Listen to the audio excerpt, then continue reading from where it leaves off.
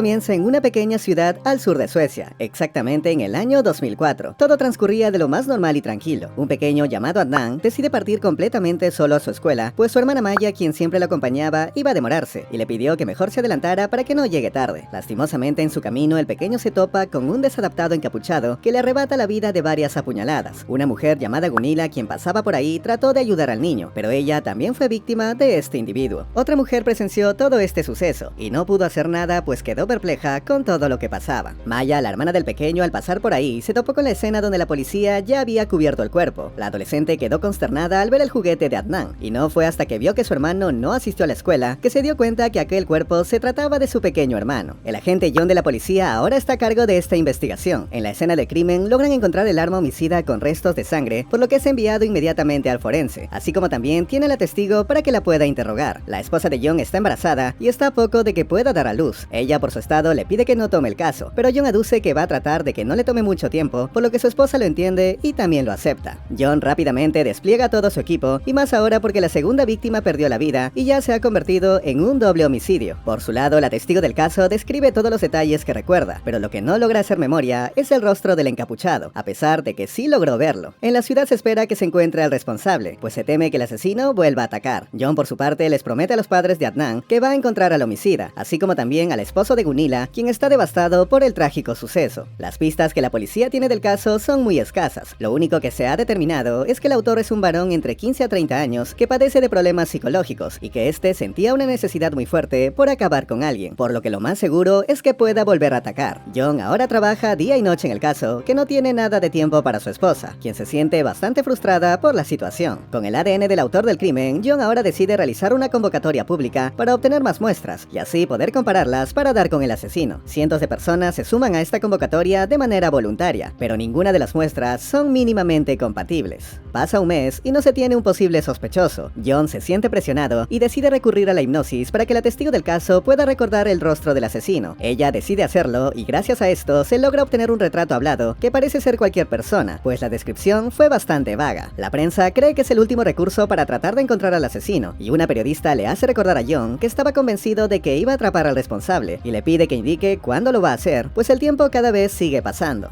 La familia de Adnan decide mudarse pues últimamente han recibido notas indicando que deberían de volver a su país, y desde el fallecimiento del pequeño ya no pueden vivir para nada tranquilos. John al saberlo lo lamenta y les promete que no se va a detener con la investigación, y les da su palabra de que logrará atrapar al responsable. La esposa de John logra dar a luz a un pequeño varoncito. Las diminutas manos de su hijo le hacen recordar a la gente al pequeño Adnan cuando lo vio en la escena del crimen, por lo que John sabe que tiene que seguir en el caso. Incluso deja a su familia en plena Nochebuena para seguir con la investigación, ya que siempre hay unas pequeñas pistas. Sin duda esto llega a cansar a su esposa, quien en pleno año nuevo decide revelarle a John que se va a ir a casa de sus padres pues ya no puede seguir haciéndolo sola, y más aún con un bebé a quien cuidar. John trata de explicarle y pedir que no se vaya, pero su esposa ya toma una decisión y cree que es lo mejor, ya que no se va a tener que preocuparse por ellos, algo que no ha hecho en los últimos meses. Mientras John tomaba un par de tragos, Stina, una periodista bastante astuta, le saca algunas palabras durante una conversación que la utiliza para que al día siguiente lo publique en una nota en el periódico, donde se indica que John a veces quiere rendirse con encontrar al responsable del homicidio, algo que no cae para nada bien a la gente. A pesar de todo, John no se retira del caso y pasan exactamente 16 años sin que el responsable se haya encontrado, y el agente aún se mantiene en la investigación, incluso después de haber obtenido muestras de más de 10.000 hombres, y ninguna sin un resultado coincidente. John ahora es informado que van a cerrar el caso pues ya no pueden gastar más recursos y prefieren que la gente esté en otros casos. Sin embargo, nuestro protagonista no quiere darlo por cerrado, y más aún con la vasta investigación que tiene. No obstante, la gente obtiene una última luz de esperanza, pues se entera que gracias a un novedoso método de un sitio web de genealogía se pudo identificar a un asesino después de 44 años. Detrás de todo esto se encuentra un tipo llamado Per, quien buscando el árbol genealógico de un ADN puede identificar a una persona, por lo que John le solicita a este hombre que lo ayude con su caso, y Per le indica que si tienen el ADN del criminal podrá resolverlo tarde o temprano. Per, decidido a poner su conocimiento para ayudar a resolver el caso, se muda a la oficina de John. Al llegar tiene que reunirse con los jefes de nuestro nuestro protagonista para convencerlos de utilizar el método de la genealogía genética, el cual consiste en rastrear parientes que tengan similitud con el ADN, y siguiendo toda una cadena se puede hallar a la persona que están buscando. Después de una breve explicación del método, John le pide a sus superiores que lo dejen intentar, pues ya hubo un antecedente que utilizando la genealogía se resolvió el caso de un homicida. Finalmente sus superiores aceptan y le dan 2 semanas antes de que el caso se cierre por completo. Después de varias horas, Per recibe el perfil del ADN del homicida. Al revisarlo, Per se encuentra decepcionado y aduce que el perfil no le sirve, ya que hay muchos vacíos y está incompleto, lo cual hará muy difícil su trabajo e incluso lo puede hacer erróneamente. John considera que no hay otra opción y le pide a Per que trabaje con lo que hay, ya que no hay mucho tiempo. Mientras John estaba en una tienda, se encuentra con el esposo de Gunilla, que decepcionado le dice que lo vuelva a contactar solo si tiene algo importante que compartirle. John, apresurado por dar con el homicida, no escucha la opinión de Per y lo exige constantemente para que le dé resultados. Cansado de no ser considerado, Per decide abandonar el caso pues el agente no lo deja trabajar. Frustrado por su trabajo y por la poca relación que tiene con su hijo, John, después de pensar mejor las cosas, manda a hacer un mejor perfil pues hallaron rastros de sangre en el gorro del homicida, el cual nunca analizaron. Ahora, con un mejor perfil de ADN, nuestro protagonista va en busca de Per para convencerlo de volver al caso, esta vez dándole su espacio y dejándolo trabajar.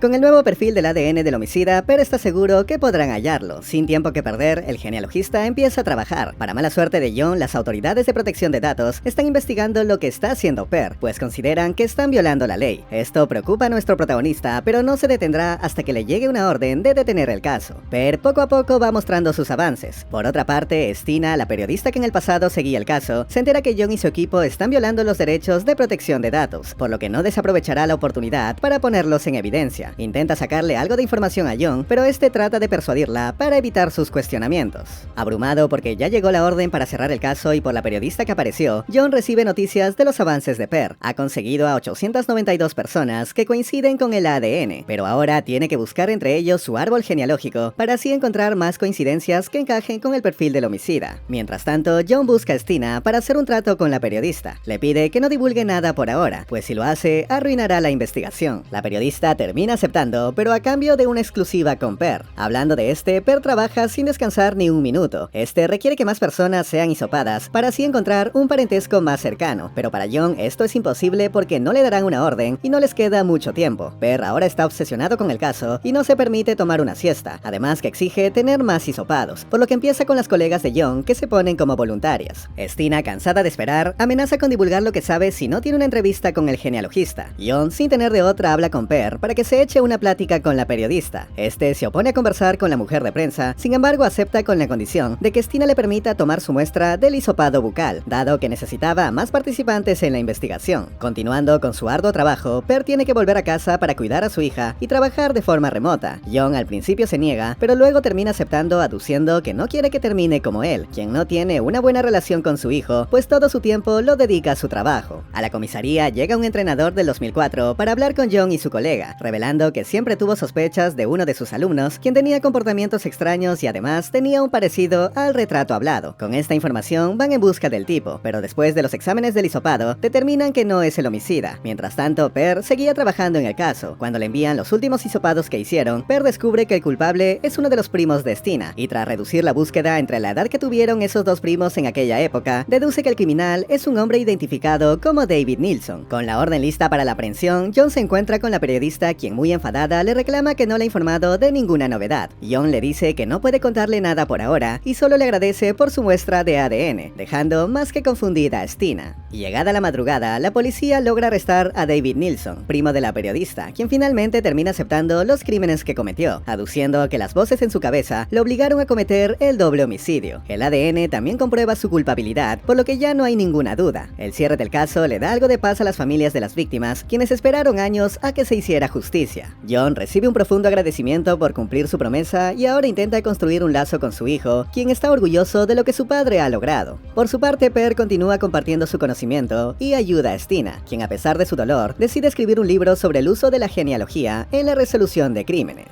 Y así finaliza esta historia.